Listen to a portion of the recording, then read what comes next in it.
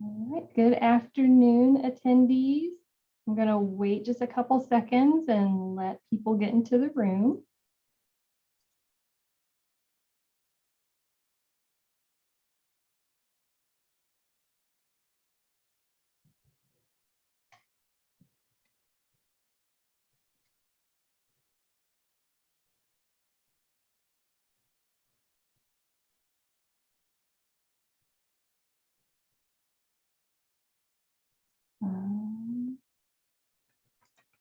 Let me assign our closed captioner, and then we'll get started.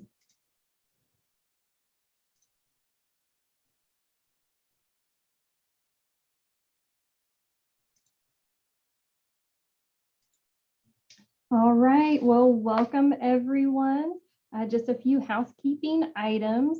We do have live closed captioning available during this presentation, and you can toggle this on and off using the attendee controls at the bottom of your screen.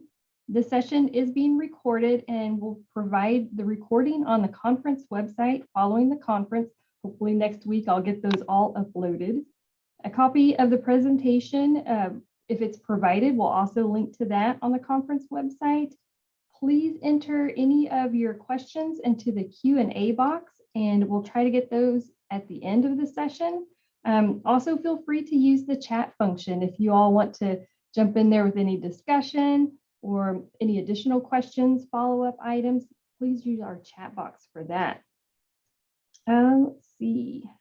If you have any technical issues, I will be in the background. Feel free to add those to the chat, or you can email me at tracystout@missouristate.edu. All right, so I am proud to present our presenters today. We have Katie Steen, who's the Manager of Public Policy and Advocacy at Spark. In this role, she works closely with the Executive Director and the entire Spark team to develop Spark's policy goals and priorities, and leads Spark's implementation of federal advocacy with Congress and the executive branch. All right. And we also have Trudy Radke in an open, let me try that again. Trudy Radke, your name, I knew I was going to mess it up. Trudy Radke is an open education project manager at Spark. In this role, they spearhead advocacy and implementation for initiatives to make education more open and equitable. So please welcome our guest today. Thank you for being here, and I will turn it over to you all. Well, thank you so much, Tracy. Everyone can see my slides and hear me okay?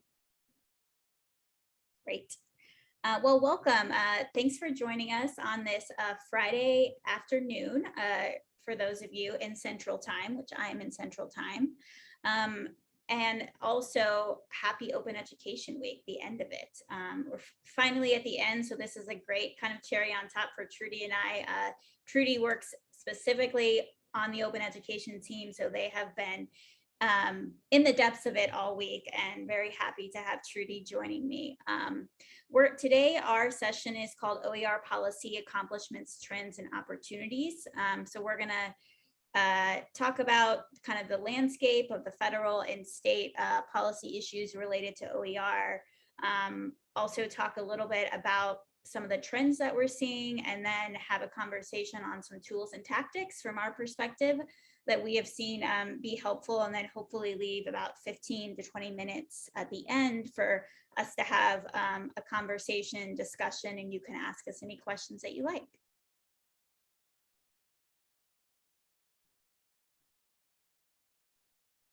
So again, just wanted to say happy Open Education Week.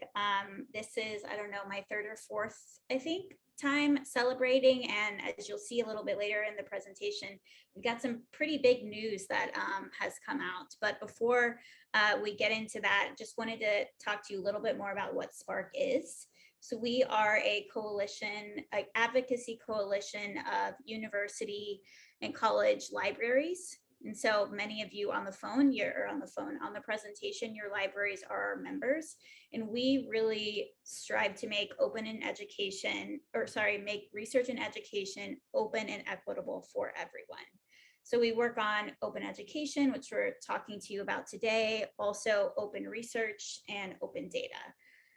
And I'm going to talk a little bit more about, Trudy and I are going to introduce ourselves a little bit more, but that's kind of a general overview of what Spark does. Trudy and I are both fairly new to Spark. I started a little bit over a year ago, and Trudy even more recently than that. So excited to talk to you more about what we do and, learn from you all about what's going on the ground in Missouri.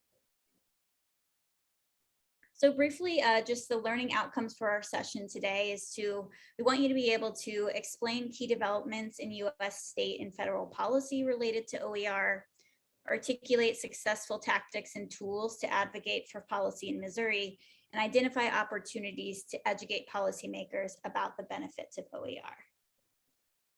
So just a little bit more about us. I'd be remiss if I didn't talk, of course, about my Missouri connection. So I was telling Tracy earlier. So I was born and raised in the suburbs of Kansas City. I went to the University of Missouri for my undergrad and my master's. So very much still a Missourian. I was telling Tracy, both of my parents grew up in the southwestern part of the state in Joplin. So of course, very close to Missouri State in Springfield. I go back there all the time. My interest in advocacy really started there at the state level. I was involved in the student government, the Associated Students of the University of Missouri, which is a statewide student organization for the University of Missouri system. And so we advocated in Jefferson City at the state level. And then during that time at graduate school, I also got involved at the national level in grad student issues and started hearing about open education and open access at that point. So I was a student myself when I first learned about these issues. And then moved to DC. I worked at the Association of American Universities, or AAU. It represented research universities on a variety of issues, some on ag policy, some on the open access issues to research as well. And then after AAU, came to Spark and am now working to lead our policy and advocacy work across both open education and open access. So excited to be with you all today and back with some of my fellow Missourians, and hope that what we talk about today is helpful to you. I'm joined by my new colleague, Trudy. They are a resident expert, I would say, on all things open education. They bring an awesome perspective, having worked at the California community colleges. So I'm going to let Trudy introduce themselves. Awesome. Thanks, Katie. So as Katie and Tracy mentioned, I am the Open Education Project, or a Open Education Project Manager for Spark. My background before coming to Spark is in the California community college system, first as an OER specialist. So I helped develop around 150 open educational resource textbooks, full textbooks for the California community college system and beyond. I also worked as an educational technology specialist in an online education department. So I worked very closely with our distance ed coordinator to make ed tech acquisitions for our school and make sure that they were equitable and just the best that money could buy, especially during the pandemic. That became a real concern for a lot of community and state colleges. Yeah, so that's pretty much my background. I am not from Missouri, unfortunately. I'm a California girl, born and raised in LA, but I will say that I had thought I had barbecue. I thought I had barbecue until I had the privilege of going to Kansas City in college and realized that I had never actually had barbecue before. So that is one of my fond memories from Kansas City. And I'm super happy to be here. I don't know that I ever knew that, Trudy. That's awesome. Kansas City barbecue, it's people try to do it, but it's never the same unless you're there. All right. So again, we're going to talk about federal and state policy related to OER, and then we're going to talk about tools and tactics that we hope you all can use. Maybe you have already used. We'd love to hear how those have worked for you. So let's get into it with federal policy. So it's been a pretty exciting week for federal policy in the open education space. Late yesterday, Senators Durbin, Smith, King, and Sinema, along with Congressman Neguse of Colorado, introduced the Affordable College Textbook Act. So this bill would make permanent the open textbooks grant program, which currently exists as a pilot at the Department of Education. If passed, this program would support colleges and universities to create and expand the use of open textbooks with a priority for projects that achieve the highest savings for students.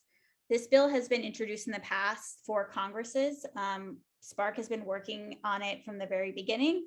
And essentially, if it were to pass, it would make permanent the open textbook pilot program, which I mentioned currently exists, but only in pilot form.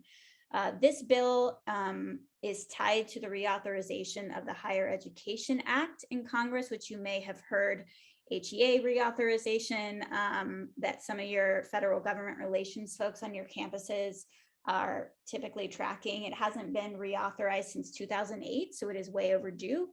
Because it's such a massive bill that governs all of federal higher education policy, it's a pretty big lift for it to be reauthorized. So we understand that this legislation, the Affordable College Textbook Act, would likely move when that larger reauthorization process happens, but introduction of this bill over the years in the many Congresses has afforded us the opportunity to have meaningful conversations about the cost of textbooks, which has resulted in part in us being able to successfully secure appropriations for the pilot of the textbook project. So in more exciting news, also late last night, Congress passed a appropriations deal to avoid a government shutdown. Government would have shut down later today if they had not done so. Included in that massive bill is money, $11 million to renew funding for the pilot, which is a $4 million increase over the previous year. The pilot has funded 16 projects over 4 years, which are projected to save students an estimated $220 million, obviously a substantial return on federal investment. So we had 2 huge pieces of news on the federal level related to OER, with the introduction of the Affordable College Textbook Act and Congress passing the appropriations for the pilot.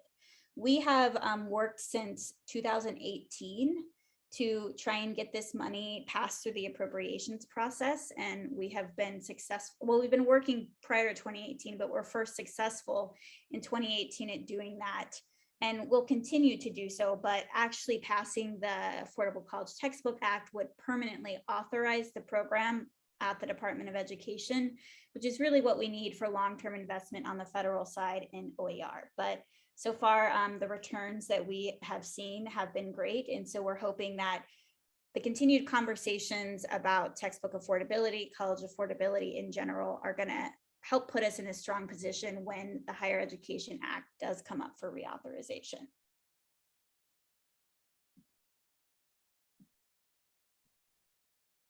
So some other interesting news as well has been that with the COVID relief dollars that you all have probably seen in the news, a couple iterations have been passed over the last year and a half.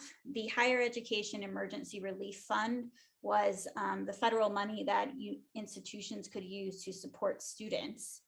And they could use it in many different ways, but most recently, a few months ago, the Department of Education released some additional guidance on how you could use these funds. And so specifically here you see in the guidance, it was essentially an FAQ from the Department of Education responding to questions of how institutions can use their HERF grants to build long-term capacity to support student basic needs. We were very excited to see them actually directly state open educational resources as an allowable use of these funds. So we've seen institutions across the country use their HERF funding to invest in OER, both in the immediate term to be able to provide students with access to the materials, but also recognizing it as a long-term investment to create these OER platforms and funding streams and investments at the college level so that students not just experiencing pandemic disruptions, but students in the long term can have access to their course materials. The example that the department gave is Chippewa Valley Technical College in Wisconsin, which used some of their HERF funding to draft an OER nursing textbook. I know that many of those HERF funds have already been allocated at this point at the institutional level, but some may still be available. So if you haven't already, would encourage you to at least kind of use this as an entry point to maybe talk to leaders in the state or leaders at your institution, but this is the first time that we have seen the federal government see OER as a student basic need. So that kind of framing of textbook materials, course materials as a basic student need is a new framing that we've seen from a policymaker. And we think that's kind of a really important development on the policy front. And then also, I just wanted to briefly mention, because we're talking about the federal landscape, in 2017, the US Department of Education also adopted an open licensing policy for all grant-funded educational resources. And it essentially requires by default that anyone getting a competitive grant apply an open license and have a plan to publicly disseminate the educational resources that they're creating with the grant funds. And so that has been in place for about 5 years now. So moving on to the state level, Spark, in addition to our federal work, we also track OER state policy. You can see this is a basically screen cap from our website where we are tracking all of the states that have OER related policy in this current legislative session. So for example, in Missouri, the legislative session starts in January and sometime in May. So this is just an example of what's going on in states that are currently in session. Also on our website, and we'll include these resources in the chat, you can see policies that have been enacted at the state level in previous sessions. So this map only shows you what's currently happening, but we have a drop-down menu of all the different legislation and even initiatives from the governor's office in different states on OER. Some trends that we've seen as we've been tracking this, state investment in OER, so money for OER, we've seen that in Colorado, we've seen it in California, even in Rhode Island, the governor, it wasn't a piece of legislation, but the governor challenged the state to save students $5 million through the use of OER. So we've seen a lot of recognition of OER as a high impact solution on the college affordability issue. Also textbook transparency. So in Texas, they passed a bill requiring the disclosure of more information on textbooks, their costs, and this a little bit touches on inclusive access, which Trudy is going to talk about more later.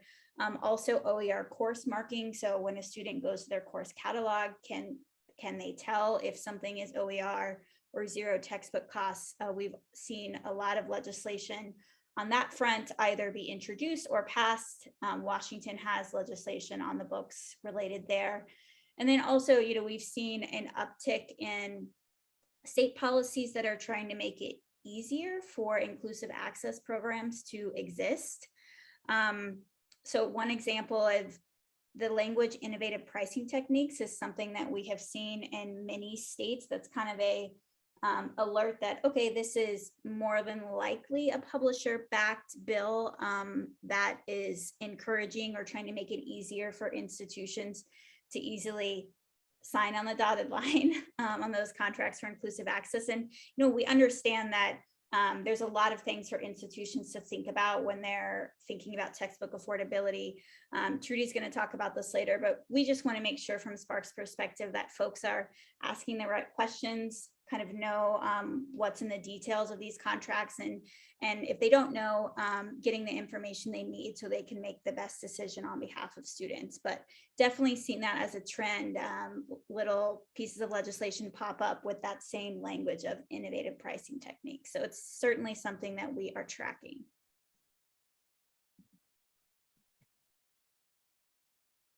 And then also, so in terms of like a tool, which we're going to get into a little bit more later, but we do offer a model policy for state legislation that would ensure transparency and fair practices for automatic textbook billing or inclusive access, and promote awareness of OER.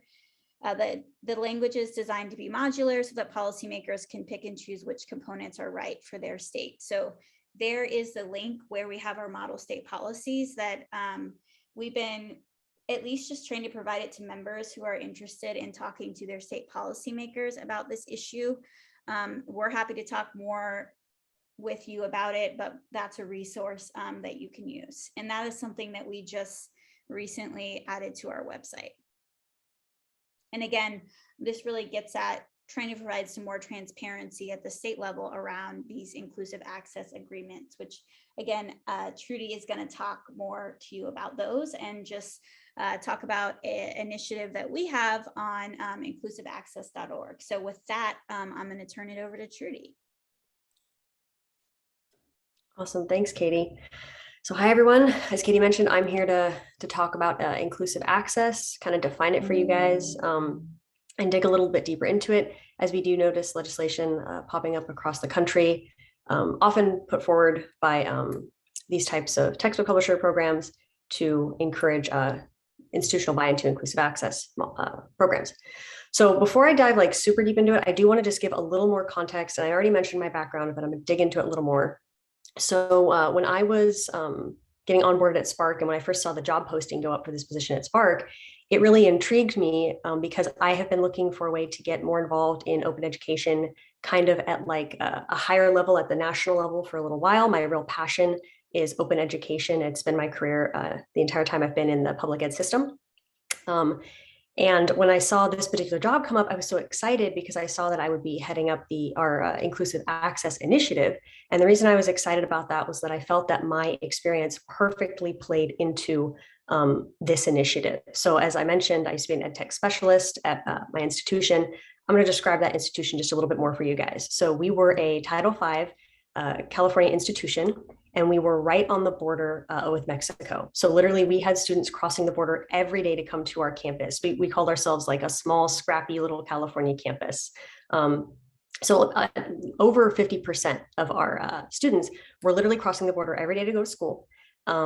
Sometimes 2 hours, it's a 2-hour bus ride. So, you know, this is an institution that has scrappy students, scrappy professors. You know, we weren't big, so money was always a concern. So when they brought me in as the ed tech specialist, they were like, we need you to be kind of a bulldog when it comes to onboarding ed tech for our school.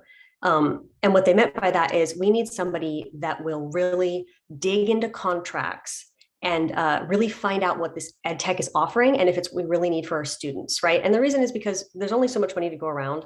The pandemic was upon us, and students really needed a lot more online support since everything had shifted there. So they were onboarding all this ed tech very quickly, but they weren't really sure exactly what they were getting into all the time because they didn't have somebody specifically in charge of those acquisitions, you know, working on pricing and working on contract language with these providers and these companies. So that's what I was brought in to do. I love that job. They called me the bulldog. Maybe because I'm small, I'm only about 5'2", but I really relished kind of getting in the nitty gritty with ed tech companies and publishers and really asking them, you know, what are you really going to provide to our students and our faculty, and kind of bringing them to the table, not in a punitive way, but in a responsible way. Because when a publishing company or an ed tech company makes a pitch, they give you be called like the shiny new refrigerator pitch, right? They're like, this refrigerator will solve all of your problems. It does everything. It's perfect, right? It's not a flawed product because that's their prerogative. They're the company making that pitch. And often the products they're presenting are good and have some value, but it does take somebody kind of bringing them to task and bring them to the table and being like, that was a great elevator pitch. We're interested in your product. Can you get into the nitty gritty a little bit more so that we can ensure that what you're claiming to offer really is backed up by the contract language that we're about to sign? So I'm here to kind of give you guys some tips on how to responsibly onboard inclusive access programs at your school, if you feel that that is a direction your institution needs to go, and how to ask the right questions to determine when you talk to these reps if inclusive access is the right choice for your institution. So this is kind of the nitty gritty background stuff that I was steeped in at the California community colleges. So just so we're on the same page, people might be aware of what inclusive access is, but basically inclusive access models are publisher programs where publishers offer access to textbooks for students, usually for a flat fee. So it's kind of, you could think of it as almost like a textbook subscription.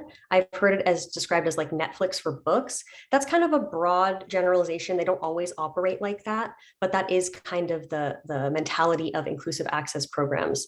And they're offered by all the big publishers. So Cengage has an inclusive access program, Pearson, McGraw-Hill, as well as courseware like VitalSource and RedShelf. And the bookstores have gotten into it as well. So bookstore and Barnes & Noble and Follett also offer inclusive access programs. So how does inclusive access work? So these programs usually start with an agreement between an institution, a bookstore, and publishers. Digital content is delivered to students at the start of the course, typically through the learning management system. So whatever your institution utilizes, be that Canvas, Moodle, Blackboard, etc.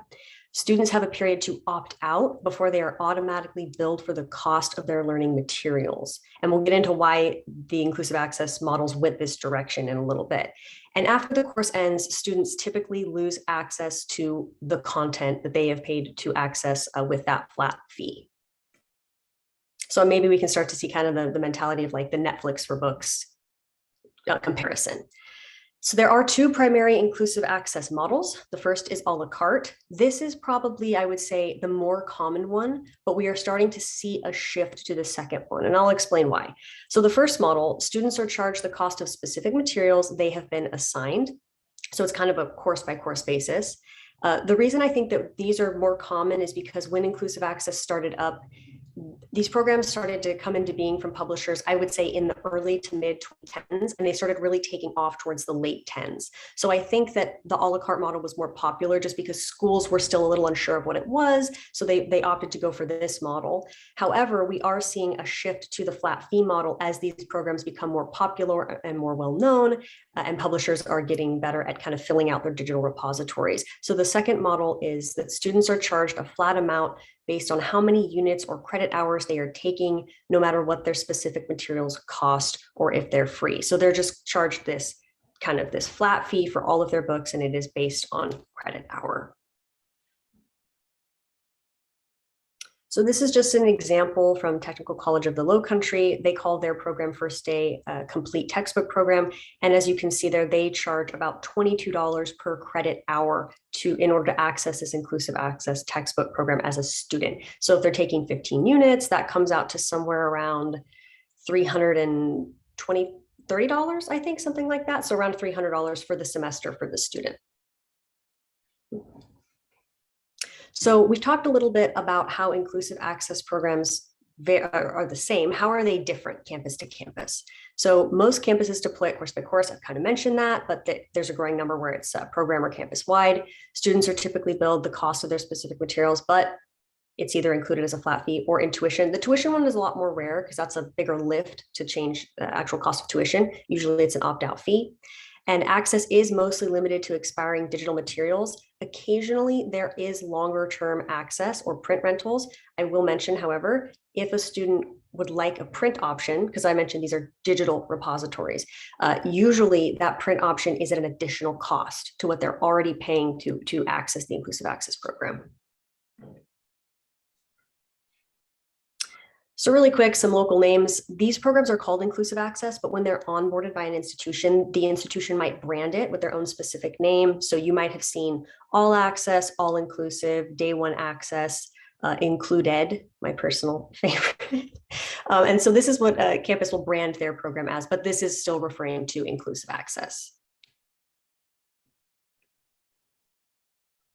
So now, like I mentioned, bringing these textbook publishers to the table, right? Making informed decisions about what they're actually offering. We're going to dig into the myths versus facts.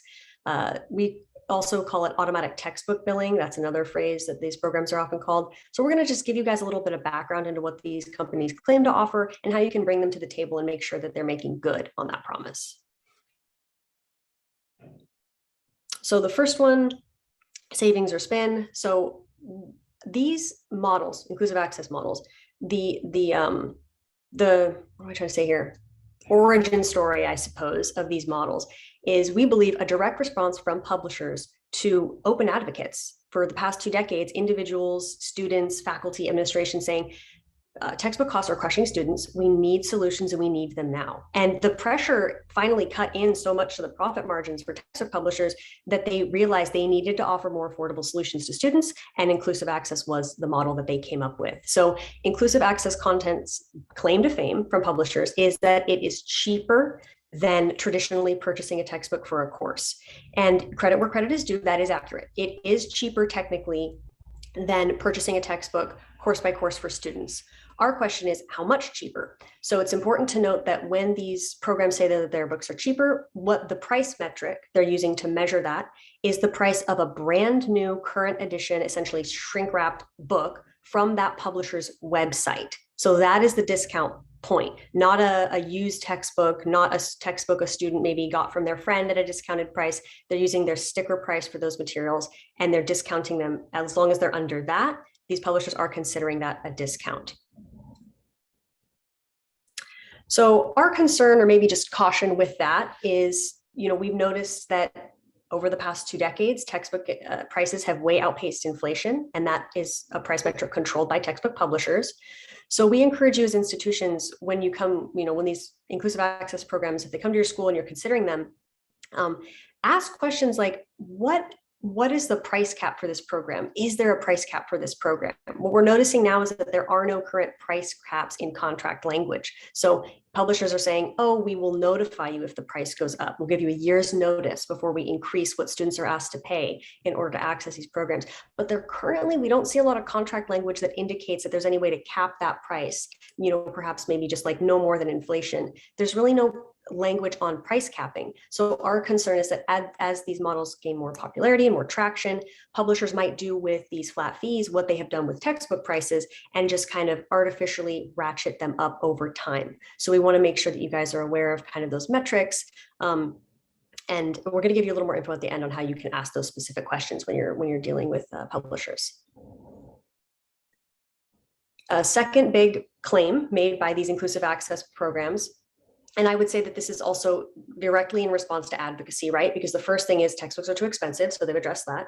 The second thing about textbook affordability is students having that content the first day of class, right? We have a class, half the students don't have the book, another portion of the students are borrowing other students' books in the class.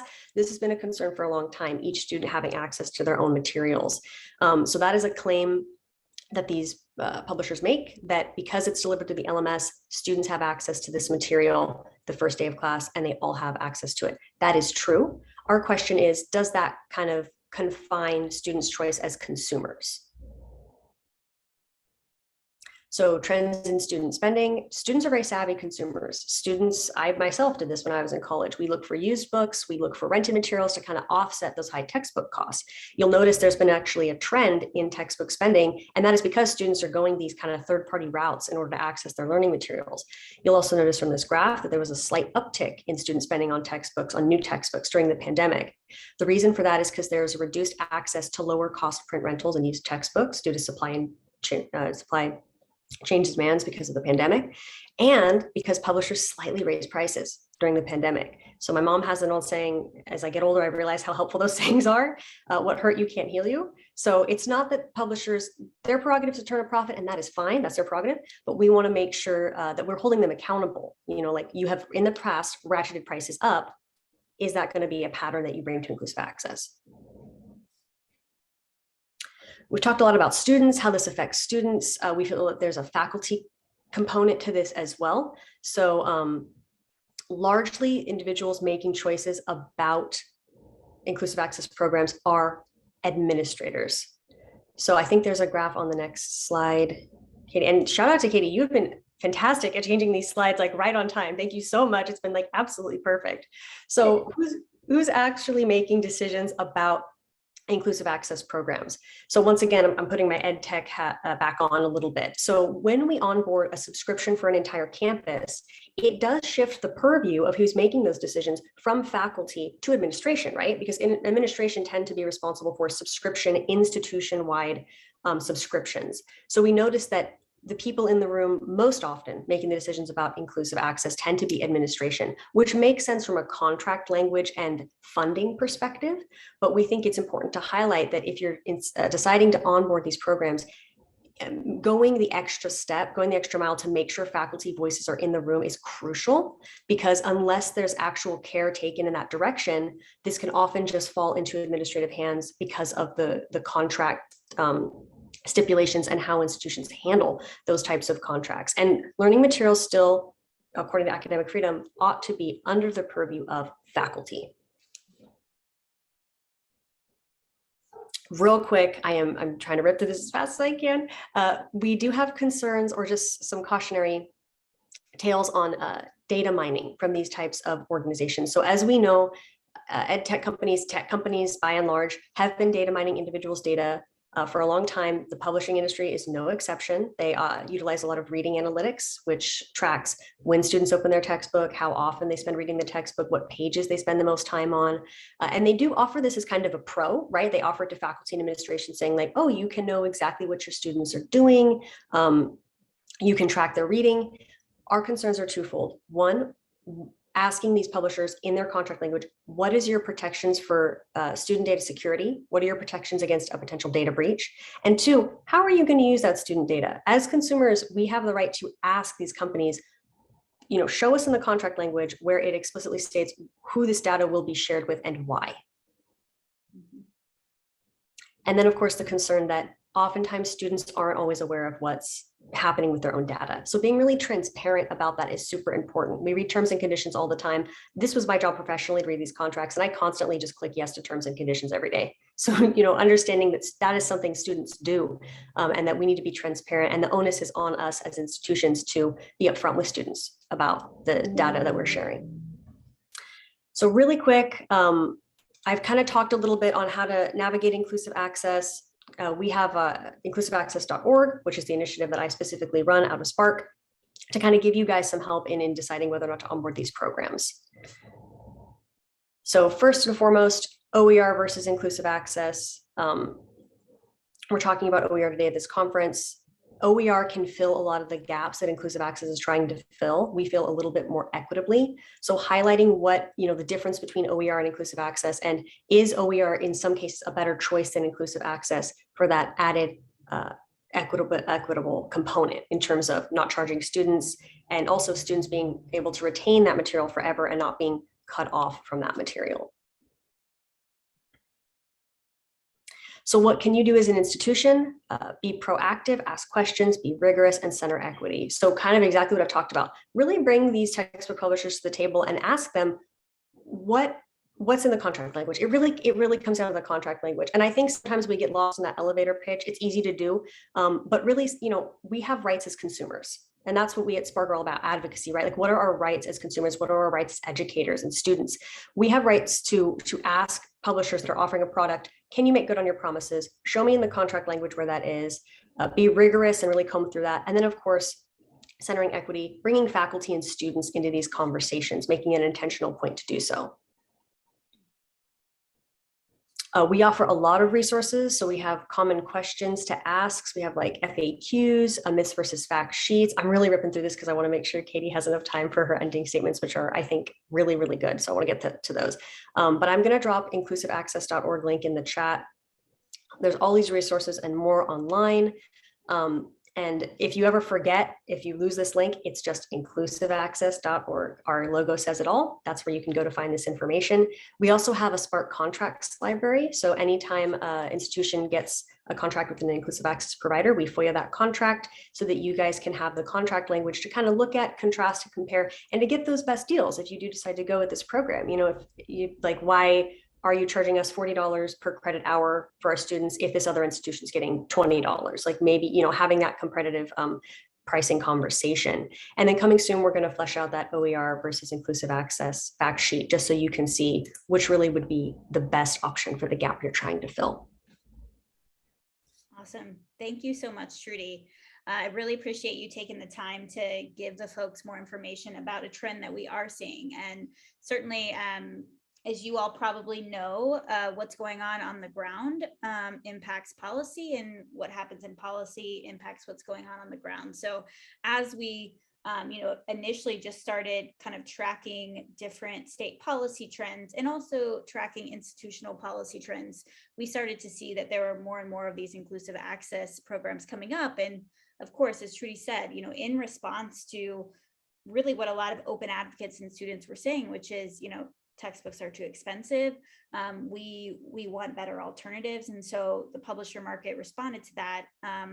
And now what we are just trying to make sure that we do, as Trudy has just done, This was my second time seeing them present this week, and it's been just fantastic about the wealth of resources that the open education team at Spark is working on to try and make folks on campuses and students, as Trudy said, more informed consumers. So if you have, when we get to the Q&A, we're happy to do questions about inclusive access, about policy, about the intersection of those two things. So feel free to ask anything during that time. Now I want to transition a little bit back to just some of the tactics and tools on the policy side that we have seen to be useful, and we hope you all might be able to employ too on the ground. And then we're going to talk specifically about how do you actually engage with policymakers on OER. So of course, given that Trudy and I also, both started learning about open issues as students, we would be remiss if we did not talk about the importance of working with students. I'm sure many of you have the opportunity to do so, but their voice, one, during these conversations about what kind of affordability programs you should have related to courses, as Trudy mentioned, when you're trying to, vet these types of things, is this a good program?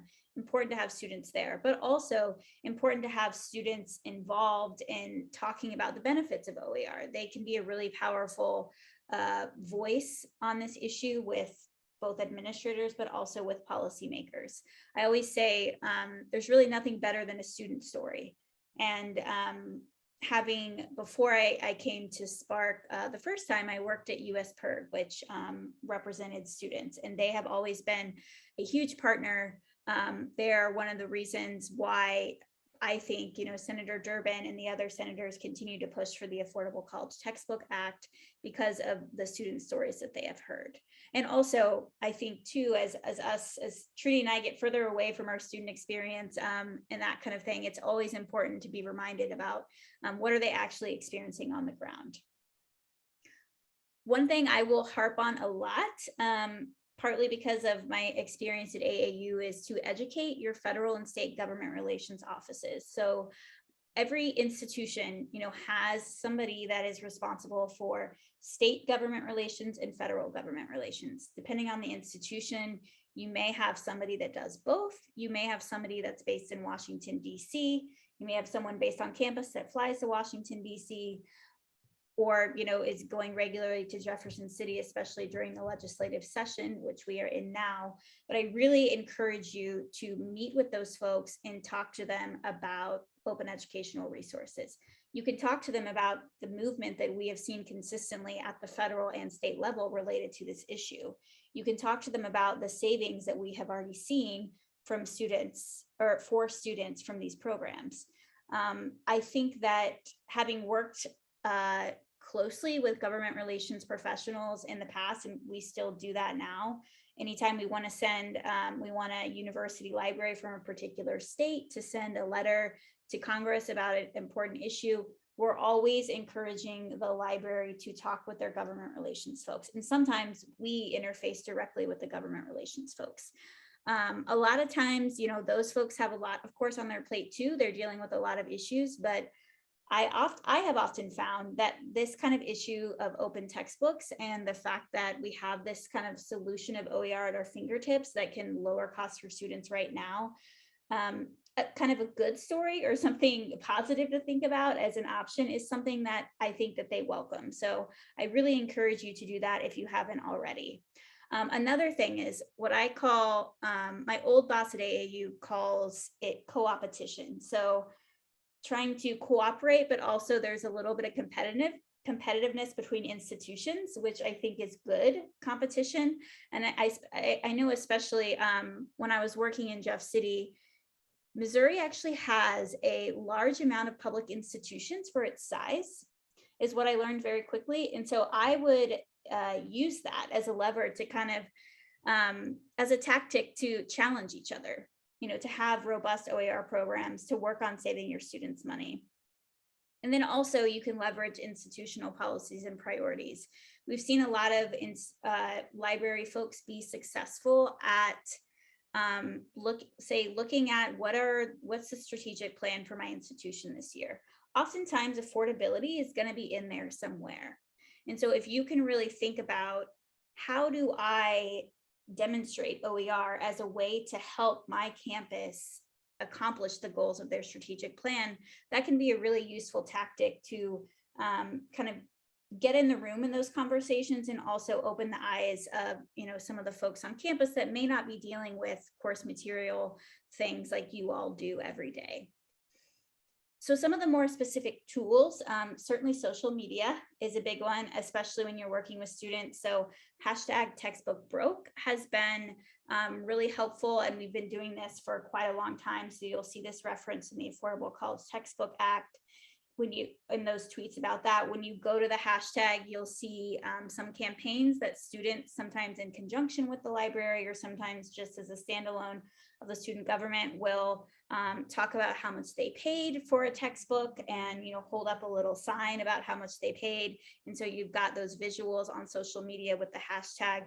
So that's a really helpful tool as well.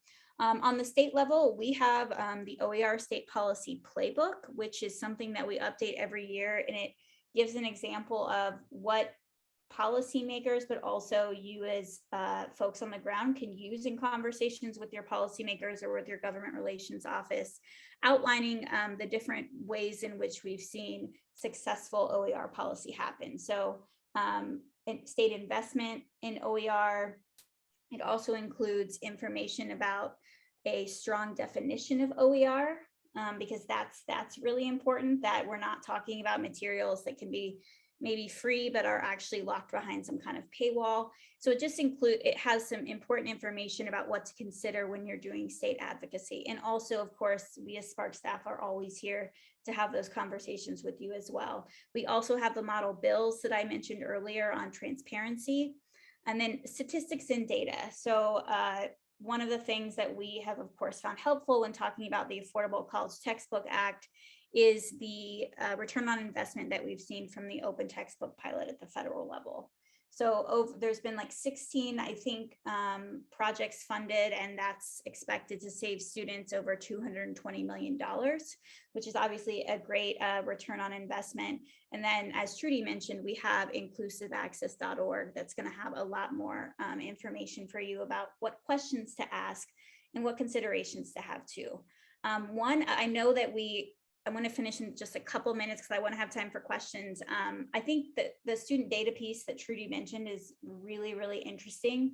Once we start thinking more about the data that you can collect from those platforms, how long a student spent on an exam, how many times they've accessed that resource, it starts to get a little kind of concerning when we don't see how that data is being used. Some of the efforts that we've seen on the transparency front, and that is included in the Affordable College Textbook Act, is a requirement for the publisher to disclose the terms under which they will use the student data. So that's another just kind of piece as well on the data front for student data that is important for us to keep in mind. So engaging policymakers on OER. The way I like to describe this, if you can remember, kind of one line about how do I talk to policymakers, it's really about telling the OER story to the right person at the right time and in the right venue, which I know sounds like, okay, you got to get a lot of stuff right. But it really means you want to make sure you're communicating the most impactful story that you can.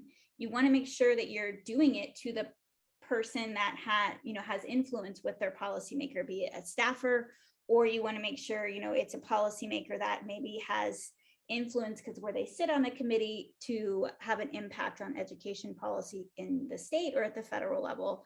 Want to make sure you do it at the right time, and you want to make sure you do it in the right venue. I'll talk a little bit more about this later, but district meetings, you don't have to come to DC to talk to your federal policymaker. You can have meetings, and I think that these are even more impactful with your district office, right, down the street, hopefully from where you live. So I want to turn it to Trudy just quickly to talk about the pieces of a compelling story, given that they were on a campus and they know, what you all kind of live and breathe every day. And then we'll follow it up with how do you identify the right folks? Thanks, Katie. So yeah, I as I mentioned, most of my background really is at institutions, so kind of boots on the ground OER work. And I think the first one really speaks for itself. Developing a compelling story, I feel like in the world of OER, we're privileged in that it's not hard. There's definitely going to be a story on every campus. I've experienced that personally, where, professors are really changing students' lives by making an OER textbook. I worked with a professor, geography professor, and he actually would use pictures from around the community, put them in the textbook he made. Pre-pandemic field trips he went on with his students. Those pictures actually made it into his textbook. So now we're dealing with a student actually seeing their friend a year later, right, using the textbook for that class in their textbook picture, which is super impactful. And every campus has those types of stories. So they're not hard to find. You just have to ask.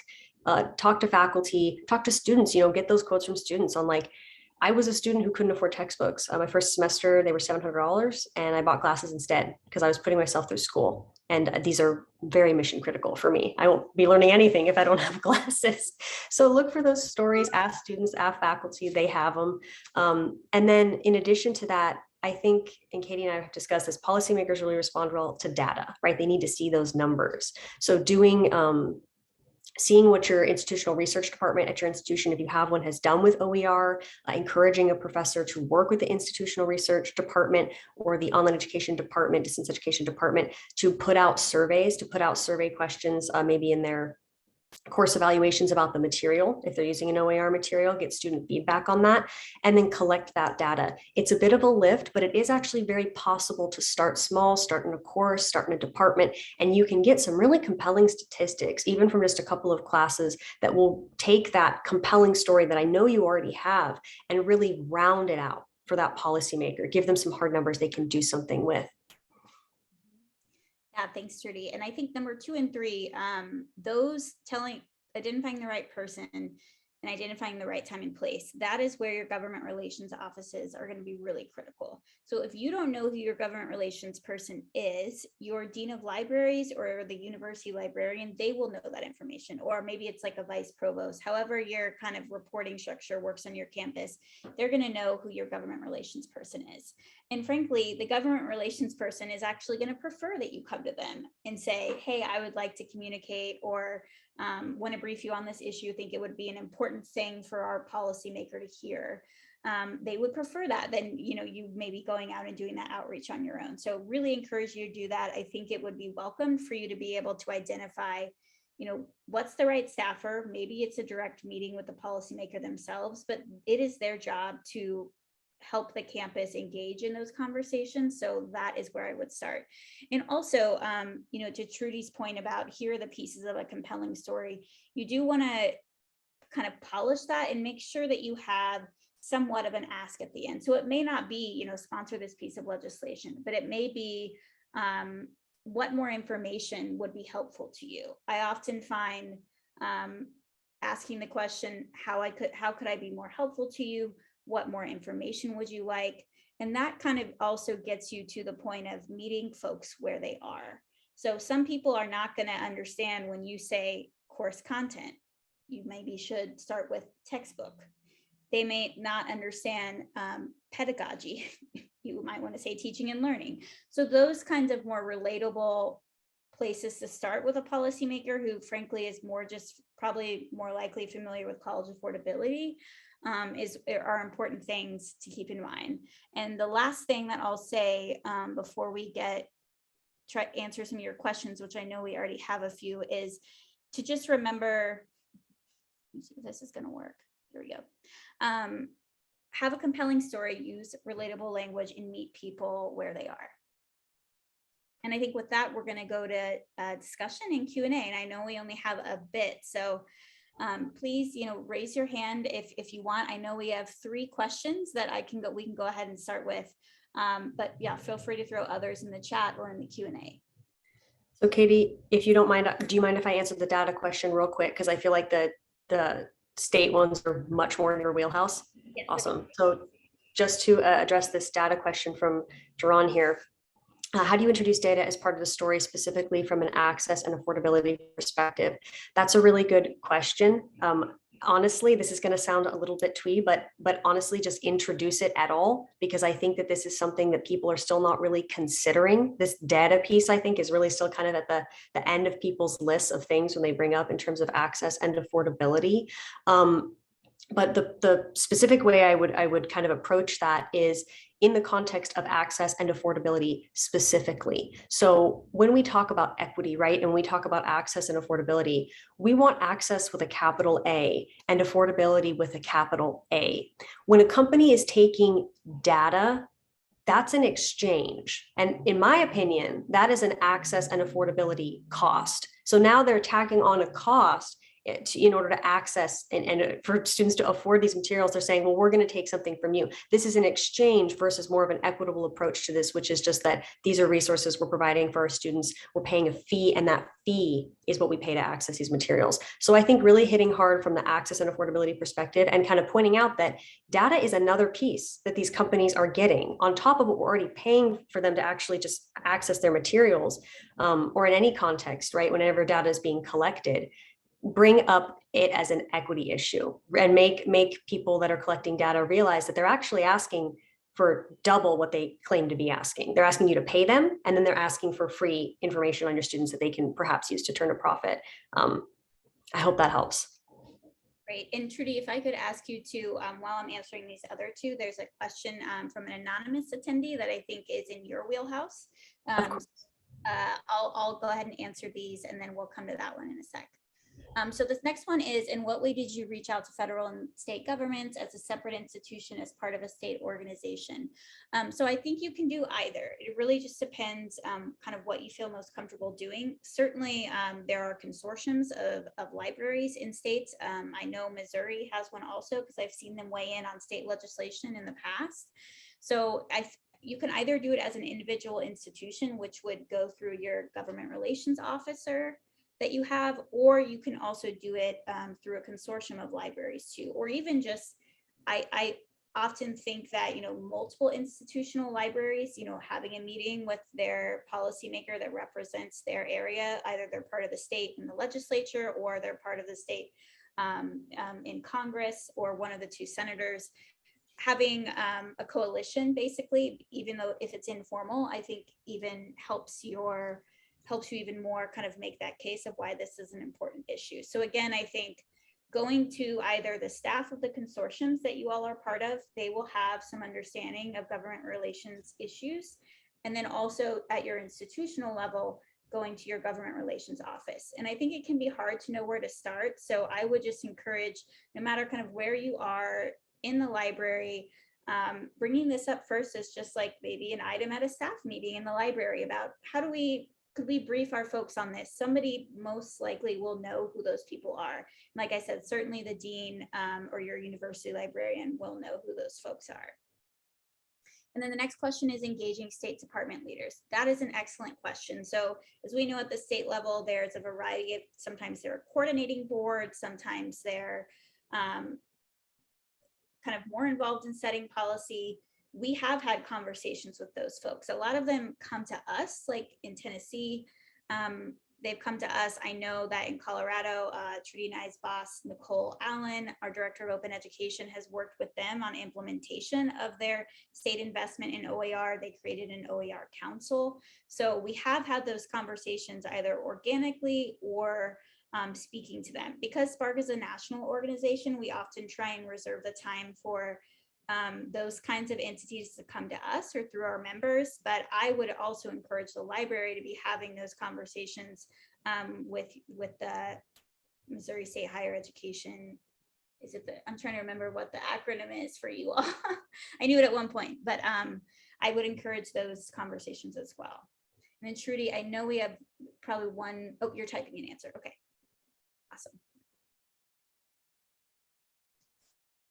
And we have one question in the chat about when is the right time to talk with the right person according to your experience. So I know you touched a little bit on when meetings happen in different states.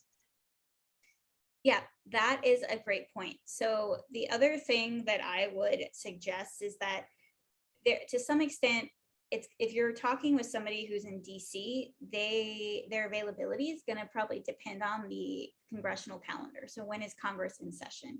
You can look that up on the House or Senate website, but also your government relations person will know that. Now, the district office people, you can communicate with them, in my experience, at any time. They are there to serve you as constituents, so they are going to be less tied to the congressional schedule in DC than those people that are in DC. And also, when Congress isn't in session, the policymaker at the federal level is going to be in the district. So they're going to be back in the state. So if you can, I would suggest, this is just off the top of my head, that you would maybe perhaps stage. So have a conversation first with a staffer at the district level, and then again through your government relations person, and that can hopefully set up a conversation down the line directly with the policymaker to talk about, here's some of the affordability things that we're doing on campus with OER. Or I know you care about college affordability. We've seen OER be a really helpful tactic to make college more affordable. Here's examples we've seen at the federal level, we in other states as well. We'd really love to see something like this happen in Missouri, or just wanted to kind of let you know about these things that are going on. I know we're right at time, so I apologize that I hope we were able to get most of the questions, and there's our email addresses. So please feel free to email us anytime if you have questions or would like to talk more. Happy to do it. And thanks for spending your time with us. Thanks, guys. Thank you. That was great. That was wonderful. That was just a marvelous way to wrap up our conference. I want to thank both of you for being here and presenting to us today. So there will be a pop-up screen once we end this session, so feel free to provide us some feedback on the session. And then you all will be getting a wrap-up survey email from the committee. And please let us know what you thought about the conference as a whole. But yes, thank you both for being here. This was really, really great. And I feel very inspired now. Yeah, so that was great. Thank you. Awesome. Thanks for having us, Tracy. We appreciate it. So much. A great way to start the end of the day on a Friday. Yeah. Yes, right. Yeah, that's wonderful. You all have a great weekend too. You too. Bye. Thank you. Bye.